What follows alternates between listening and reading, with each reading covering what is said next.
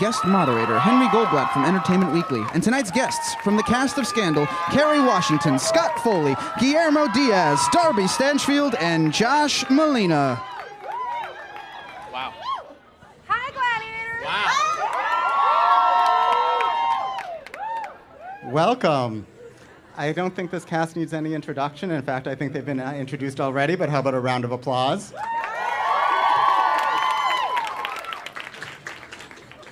In the past 2 seasons, we've witnessed election rigging, extreme torture, and extreme sex. We've witnessed the First Lady accusing the President of adultery on live TV, because that happens all the time. Oh, and we've witnessed the President killing a Supreme Court justice as well. All of which makes Scandal one of the craziest shows on television, but also makes it one of the best. And I know that you're all thrilled to hear from the cast and get a little bit of scoop on season 3. So, Kerry, let me start with you. Wait. First, I want to say on behalf of the cast that Yes. we are so grateful that you're here and that EW has been such a supporter of the show, and we're so grateful to you guys because really we have, it's our gladiators in the press and in their homes and everywhere that have allowed us to even have a second and now third season. So thank you. Oh, you're quite welcome. That doesn't mean the questions are going to be any easier, I got to be honest. Darn it! Darn it, I tried to fix it. All right, like a true gladiator, let's just cut to the chase here. Okay. We saw at the end of season 2, we saw Kerry enter. We saw Olivia enter a limo, or Kerry enter a limo, and confront a man, and her only word was "Dad." What happens at the beginning of season 3? How is she going to handle all of this intense media pressure? It was definitely Olivia's limo, not Kerry's limo. Absolutely. And it's exciting because when we all got the script for season 3, it starts minutes after that dad. So we pick up in the limo with Olivia and her father, and we get to see a real window into their relationship in this episode, right from the beginning. One of the first lines, and I don't want to spoil it, it probably is my absolute favorite, and a line that every girl probably dreams of saying to her father. I won't say anything more. But at what point did you realize that Joe Morton, who plays Rowan, was Olivia's father? Well, first, we all watched the episode this week, and we have to say Joe Morton is tremendous in this episode and in the series in general. Like, if you care about amazing acting at all, do not miss his performance in this episode and in this season. He's just amazing. It's like being in a master class every time I step into a scene with him. But he, what was your question? Did you I'm so overwhelmed by him. When was your big aha moment as far as realizing I had that no he- idea until, often we get the scripts at the table read. Like, we have no idea what the next episode is going to be, and we all get together once a week to read the episode, and often we have no idea what's coming. And that week, it wasn't until I turned to the final page of the episode and saw the word dad that I knew that he was my dad. That is crazy. Yeah, it was nuts. That's insane. Josh, your character, probably more than anyone else's, has gone under a lot of shifts. You were Olivia's nemesis to start the show. Then you were kind of a sad sack professor. Then Not one of the all-time great teachers. No. Then a seeming ally to the gladiators, and then what seems like to be an accomplice to the mole. And where do we find your character at the beginning of season 3? Well, at least at the beginning of the season, things are going a little bit better. I'm the David is the U.S. Attorney for the District of Columbia. Fancy. Yes, finally a fancy pants job. He's making a little bit more money because he's now wearing Hugo Boss suits. And Thank you, Lynn Paolo. Yeah. Where are you? The question is how long this guy can actually hold down a decent job. How has that been for you as an actor, sort of playing this roller coaster of a character? Oh, it's been great. Yeah. I have loved it, yeah. Because basically, episode to episode, script by script, I have no idea what's in store for him. What he will wake up next to. Who? You mean who? Whether he'll hold on to his job, what major case he will lose, thanks to Olivia Pope. It's fun. I like it because you never know what to expect. Darby, we don't know a lot about Abby's backstory, aside from the fact that she was, unfortunately, a battered wife. Have you created a backstory for her, an additional backstory for her? I have something that I keep in mind when I do these scenes, but I've kept it all to myself because if a backstory does come out, Shonda Rhimes and the writers will write something way better than what's in my own head. Can you give us a little clue? No. But we did also find out last season that Abby was in a politically arranged marriage. I mean, it's just said briefly in an episode, and when we read that cold at a table read, I was like, she was? When would Abby ever agree to be in an arranged marriage? And so I'm really looking forward to seeing if we find out more about that. I mean, who was that woman that would agree to be in something like that? Because she's so different from how she used to be. And Abby, I don't think this is a spoiler. Abby has a bit of a new look this season, it seemed. Abby has a makeover. Yeah. Yes, she does. She looks a little more like Darby. The flat iron has gone out the window. Abby has a little... Abby loosens up a little bit. She's still a smart ass, but she has a little wave in her hair and some smoky eyes. And Lynn Pallow, our scandal stylist, has really upped the fashion on really every character. I mean, you know, Josh Malina's characters in fancier Don't gesture suits at and, me. Right. So it's really stunning what she's done with the fashion for Abby. It's fun. Speaking of fashion, Guillermo, I think we need to take a moment to worship your vest. It's Ted Baker. Thank you, Ted Baker. It's awfully impressive and very, and it's very un-Huck-like.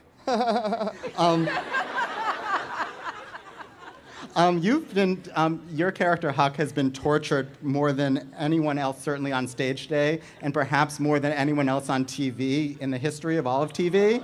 I know, that's sad. What scene for you has been the hardest to film? I think the scene where Huck's child is being born in the 752 episode. I think that was the hardest scene. You know, sometimes we have to do these emotional scenes, and the day before or the day of, you know, a few hours before, you're so ready to do it, and then you get there and the cameras roll, and you find that the emotions aren't quite there, and sometimes, you know, you kind of have to try to conjure it up, and sometimes it's harder than other times. But a lot of those scenes in 752 were really difficult, not only because they were, you know, difficult emotional scenes, but just knowing that you have to go to that place. And, you know, I mean, it's not fun to kind of go to a place where you cry and you just feel terrible. I mean, when the child is being born, that's not terrible. I was really happy, but still, you know. But, you know, I think it turned out pretty good, so. Brilliant. And as the rest of the cast was saying, you have, it sounds like maybe 24 hours to prepare for a scene like that, if that. Yeah, well, 752, we got the script, we did the table read, and then the next day, we started shooting the next day all the monologues that the gladiators did to Huck while he's in the corner. We shot the day after we did the table read. How do you decompress after something like that? I personally watch horror movies. I love horror movies, so I love to watch horror movies. That's what relaxes me and chills me out. But Wow. Crazy. Call me crazy. And of course, we have the newest cast member here, Scott Foley, who plays Jake Ballard. Now, I told Scott I was not going to go easy on him, and here we go. Bring it. What do you got? I got it. You joined the show and apparently have received a lot of hate tweets. Oh, yeah. From the cast. Yeah. From the cast. Mostly from the cast, Mostly yes. from the cast, of course. Yes. You're riding our coattails, Foley. Get off the boat. No, from fans who are a little bit upset about your relationship with Olivia.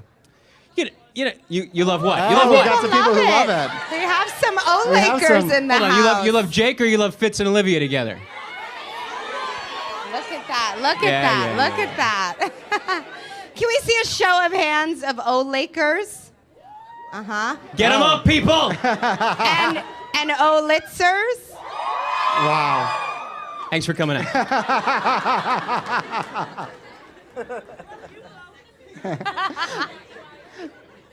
What happened? You know, So what Scott has been and your- I. what's been your favorite- Scott and I have really hit it off, and I think there's a Folina thing Oh, yes. that could be happening. I feel like they I think might that have was show. planted by Josh, however. I feel like they might show that show on Logo. Folina. I'm in. What's been your favorite reaction on Twitter so far, Scott? My favorite reaction Yeah. or the worst reaction? Let's so take the far? worst, actually. Oh, I don't think I can say the worst in public. You know, people are very devoted to the relationships on the show. That's one of the things about the show, and the Olivia Fitz relationship is one that even I am a believer in, believe it or not. I love them together. I love the draw, the chemistry they have. However, I believe that the story is benefited from a little more drama, a little obstacle in the way, and I think Jake is a fantastic element to that. I agree. There you go.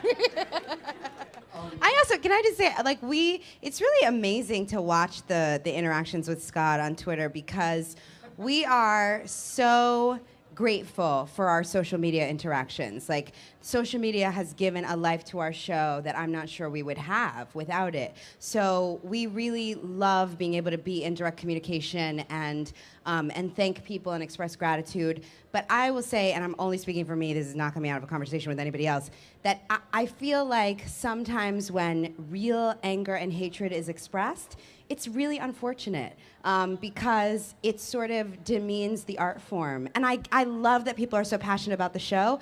So I love when people express big feelings toward the characters, but when they express it toward the people, Absolutely. I think it's a little unacceptable. Yes. Kerry, do you have ESP? No. Because you totally queued up my next question. Okay. You've all I been- read them all. You've read them all. I didn't share them. You've all been incredibly smart and savvy in your use of social media. And in fact, I believe you're all live tweeting the premiere tonight. Yes. That's awesome.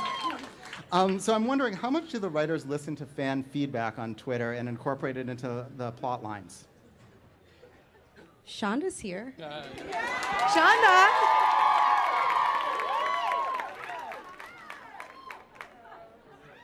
I'll take a step back. You want to say something or no?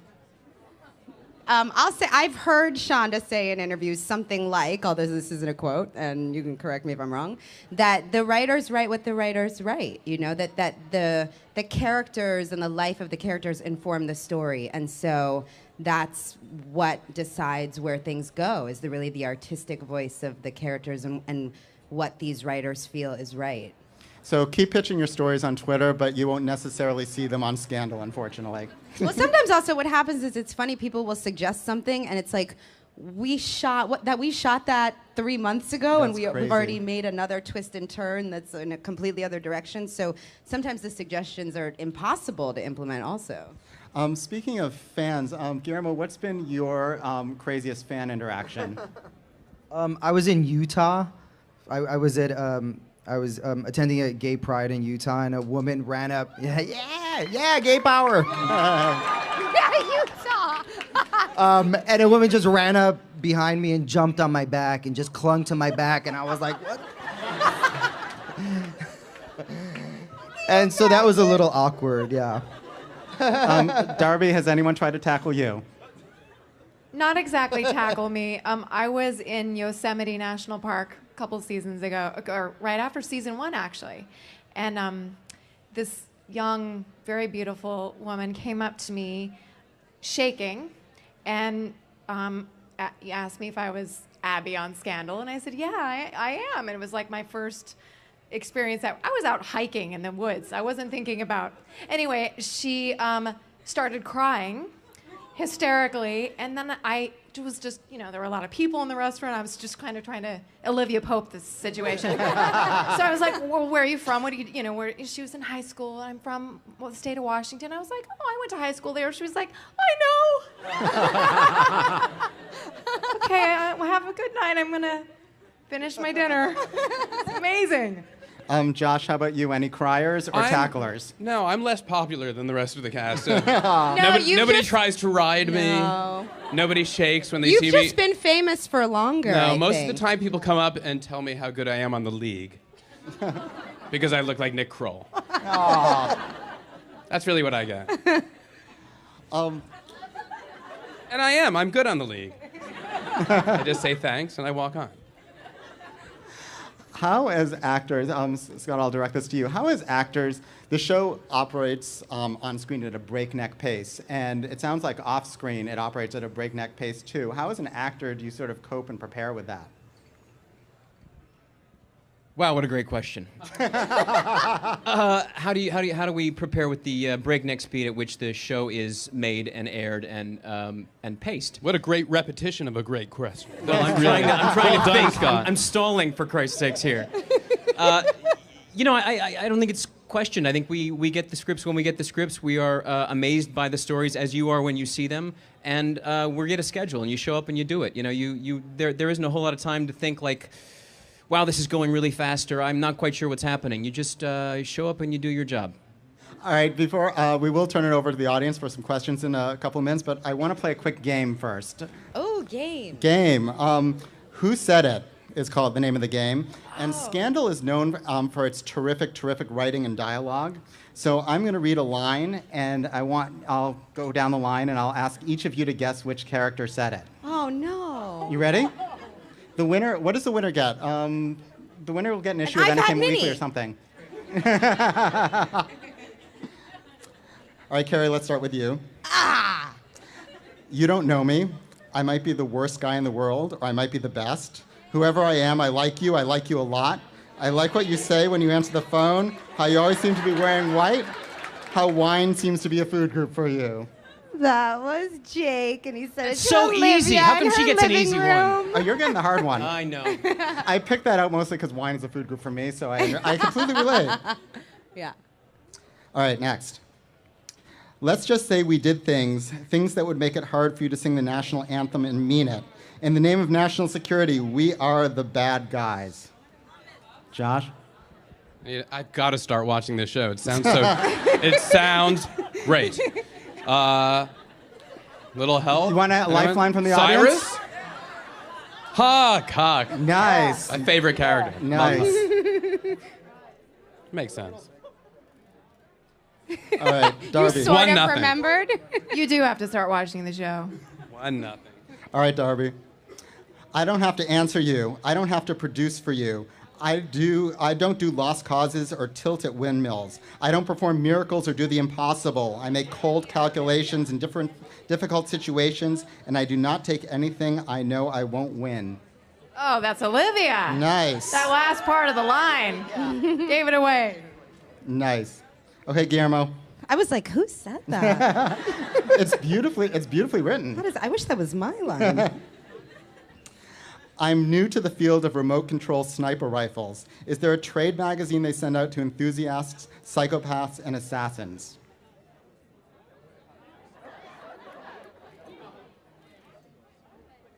Quinn? No. No. The girls are doing better than the boys at this game. Yes. That's an Abby. Yes. All right, last She's one. the smart one, I heard. Nice. Yeah. It's true.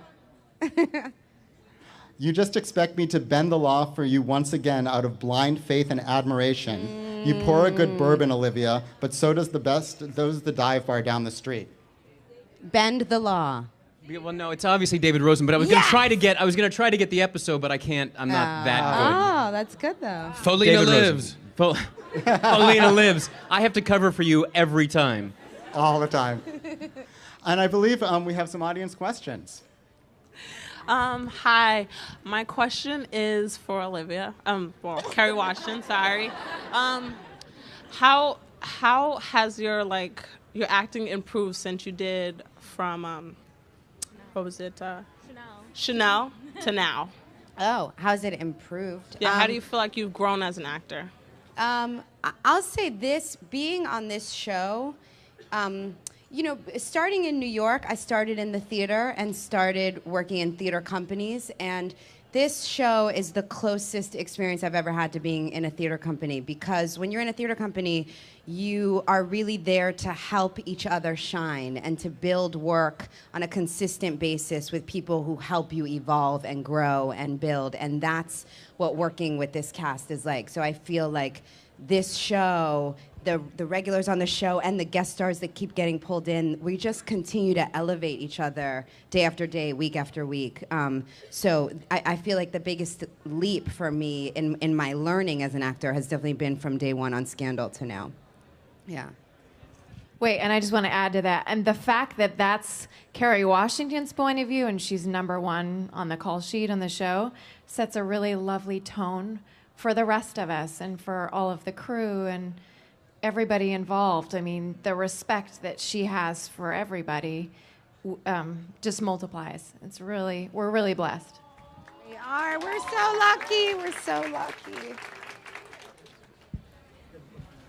Hi, this question is for Olivia. You can stand. Go ahead. Okay. Kerry Washington. Oh my God, I'm so sorry. Yeah, I know. Olivia is not here. My question basically is, one, congratulations. I heard that you got married, so congratulations. Thank you. And the next question is, I know you did say that you have a lot has changed for you since you got on Scandal. What besides fashion do you like most about playing Olivia Pope on Scandal?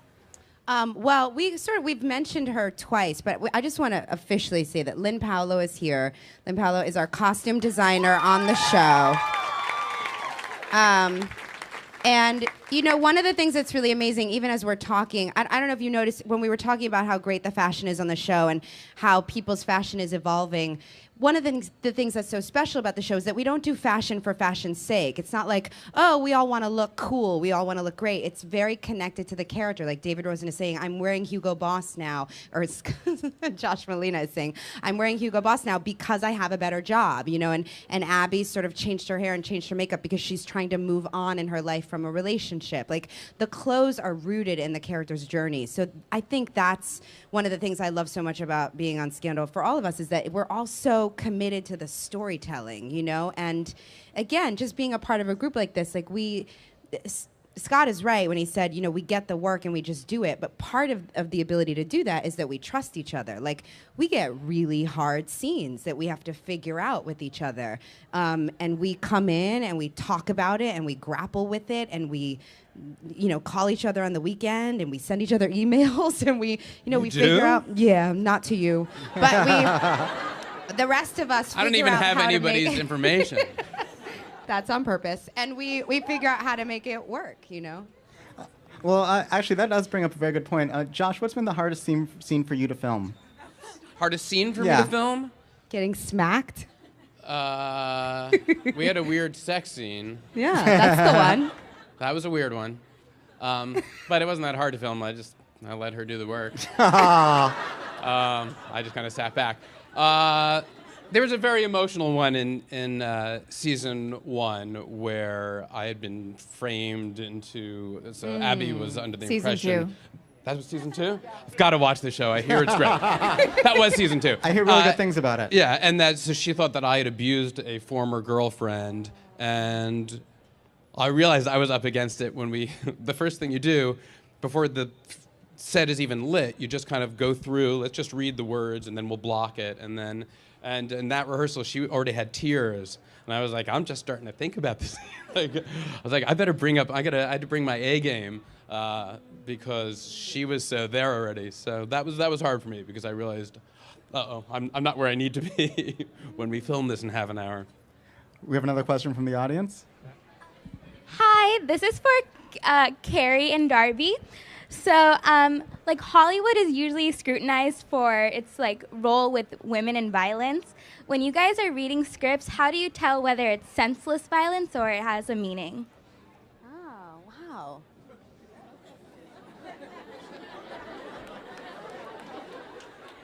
It's a really good question. Shonda? Well, let's put it in terms of Scandal. Darby, have you thought, has there ever been a scene that you sort of had to take a look at and be like, I'm not so sure, or has everything felt pretty comfortable?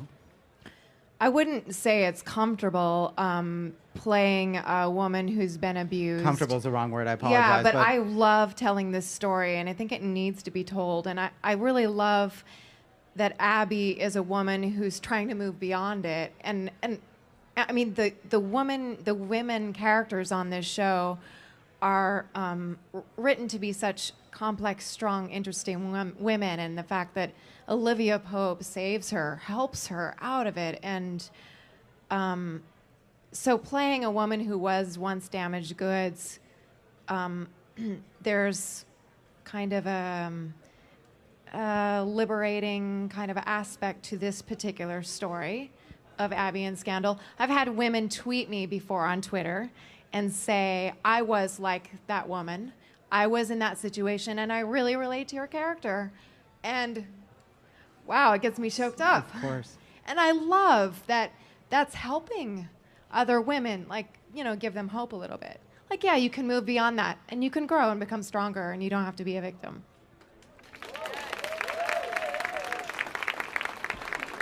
I think I think everything Darby said is it, and it's the example of that's how you know, because it's sort of, if the violence that's taking place tugs at your heart, then it's not senseless, because it's forcing you to think about the root of that violence and the impact of the violence. If there are no feelings around it, then it's senseless. If it's just people dying for no reason with no emotional connection, then it's senseless. Hello. You guys are phenomenal. I just have to say that, and so inspiring. My question is actually to any one of you guys. Is there a real life subject matter that you guys draw from your experiences? Your characters are so intense. So is there like that one thing that you, or one person that you guys can go to use as influence or inspiration for your roles? Scott, do you want to take that? What? Do you want to take that? Sorry. Is there one person that I go to that gives me information, inspiration? No. No, there's not. We're really fortunate that by the time we get the scripts, they've been really flushed out and gone over. I know the writers do their own read of them before we get them, and I have the full faith that by the time I read it, it's everything I need is there. And of course I have my own way of preparing to get into a character, to get into Jake, and things that I've thought about, questions I've asked myself about him and his past. But as for a specific role model or a person of inspiration, no, sorry. Hi. I first wanted to say that the show is very inspiring, and this question is actually for Kerry. I wanted to say that it's been great watching your work ever since Our Song. I remember that movie, that short independent film. But the question is really about Shonda Rhimes has this great ability of creating these shows where we watch these characters and we don't see color. Everything, at least for me, I don't see color. But one of the things that has been a really important topic about the show Scandal is the relationship between Kerry and the president. Well, all of Kerry's relationships are all interracial. How do you think that the interracial relationship depicted on Scandal has affected the African-American community at whole? In particularly women of color. It's interesting. So all of Olivia's relationships, I think you meant, have been interracial. Yeah, but I would say to say that really ignores Edison and the history that she has with Edison. And you are also going to see a window into more of Olivia's past that I think also challenges that assumption. And I think, you know, one of the things that's so powerful for me about the show is that race is definitely a topic that's dealt with. It's come up a lot of times in various ways on the show. But the show isn't about race, it's about relationships. It's about love. And it's about people who really care about each other, navigating those feelings. And I think that's one of the things that's so special about the show, is that these people have the capacity and the courage to take each other in for all of who they are, inclusive of race, inclusive of personal history, ethnicity, sexual orientation, class, education, that they see the full picture of each other, and that's where they build their relationships from, not based on these isolated references of I can only love or be friends with or take care of or be in association with this kind of person.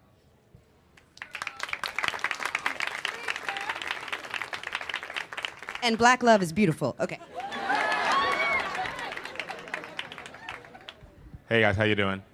Actors have very varied careers, ups and downs, and the whole show is a cast full of people who have had established careers before they became a household name. Congratulations on that, by the way. Specifically for the three in the middle, is it terrifying or exciting to go from that person and that thing to Abby? It's exciting.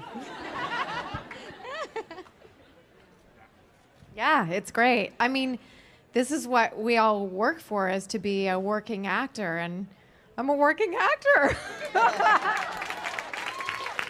I love my job. I'm so grateful every day I get to go act. So I'm having a good time. Okay, we're going to finish up this panel with one more question. Season 3 starts tonight on ABC at 10 o'clock. The goal is to break Twitter. So Break it live down. tweet. There's a Yeah. clip show at 8. Yes, there is this Clip show amazing at clip 8. show that's kind of a review of the first 2 seasons. It's narrated by Josh Malina. It's at 8 o'clock. It's at 8 o'clock. And then at 9 o'clock is a brand new Grays. Shows some Shondaland love. And then at 10 o'clock, 9 Central And is then us. after Scandal, Yes. little Katie Lowe's It's going to be on Jimmy Kimmel. Kimmel. So just park it on ABC Yeah. all night. Just start at 8 o'clock and stay through Jimmy. Excellent. You can eat during the news at 11. So since it's season 3, I wanted to ask each of you to tease up the season in 3 words. And Scott, I'm starting with you. Tease up the season in 3 words. 3 Tease up words. the season in 3 words. You always repeat the question. He is so good Because at it was such a good vamping. question, I felt the need to be repeated. I understand. The Yeah, that's 2. the is one. That counts as one. We can only tease the first 7 episodes, by the way. That's all we've got. Sure. So who Tease knows up where the rest of season it's in going to 3 go. words. Yeah. Don't look away. Oh, good. Good oh, one. good. That's good. Guillermo? Explosive, unexpected, dark. Ooh, wow. Nice. Darby? Shocking. Riveting.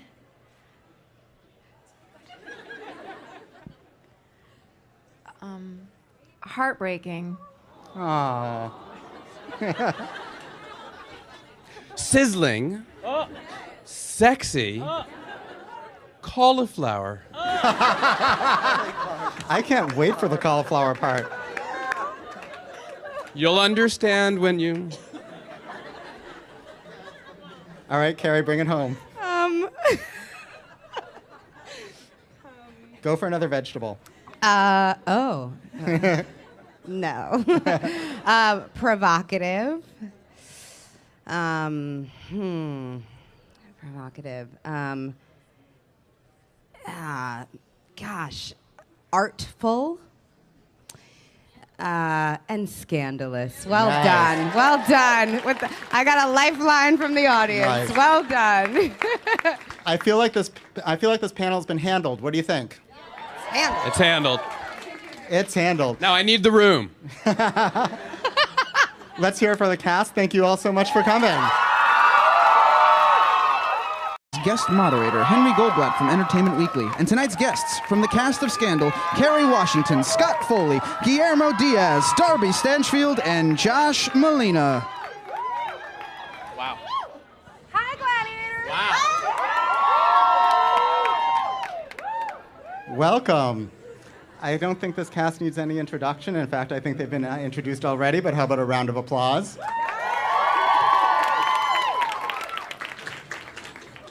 In the past 2 seasons, we've witnessed election rigging, extreme torture, and extreme sex.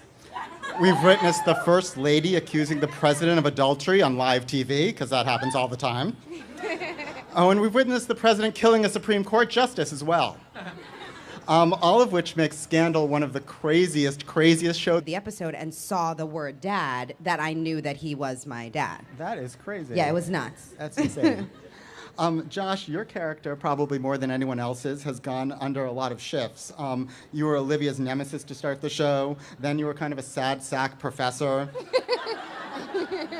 then not one of the all-time great teachers. No. Then a seeming ally to the gladiators, and then what seems like to be an accomplice to the mole. And where do we find your character at the beginning of season 3? Well, at least at the beginning of the season, things are going a little bit better. I'm David is the U.S. Attorney for the District of Columbia. Fancy. Yes, finally a fancy pants job. He's making a little bit more money because he's now wearing Hugo Boss suits. And thank you, Lynn Paolo. Yeah. Where are you? The question is how long this guy can actually hold down a decent job. And confront a man, and her only word was "Dad." What happens at the beginning of season 3? How is she going to handle all of this intense media pressure? It was definitely Olivia's limo, not Kerry's limo. Absolutely. And it's exciting because when we all got the script for season 3, it starts minutes after that dad. So we pick up in the limo with Olivia and her father, and we get to see a real window into their relationship in this episode, right from the beginning. One of the first lines, and I don't want to spoil it, it probably is my absolute favorite, and a line that every girl probably dreams of saying to her father. I won't say anything more. But at what point did you realize that Joe Morton, who plays Rowan, was Olivia's father? Well, first, we all watched the episode this week, and we have to say Joe Morton is tremendous in this episode and in the series in general. Like, if you care about amazing acting at all, do not miss his performance in this episode and in this season. He's just amazing. It's like being in a master class every time I step into a scene with him. But he, what was your question? Did you have... I'm so overwhelmed by him. When was your big aha moment as far as realizing I had that no idea until, often we get the scripts at the table read. Like, we have no idea what the next episode is going to be, and we all get together once a week to read the episode, and often we have no idea what's coming. And that week, it wasn't until I turned to the final page. It's on television, but also makes it one of the best. And I know that you're all thrilled to hear from the cast and get a little bit of scoop on season 3. So, Kerry, let me start with you. Wait. First, I want to say on behalf of the cast that we are so grateful that you're here and that EW has been such a supporter of the show, and we're so grateful to you guys because really we have, it's our gladiators in the press and in their homes and everywhere that have allowed us to even have a second and now third season. So thank you. Oh, you're quite welcome. That doesn't mean the questions are going to be any easier. I got to be honest. Darn it! I tried to fix it. All right, like a true gladiator, let's just cut to the chase here. Okay. We saw at the end of season 2, we saw Olivia enter a limo, or Kerry enter a limo, and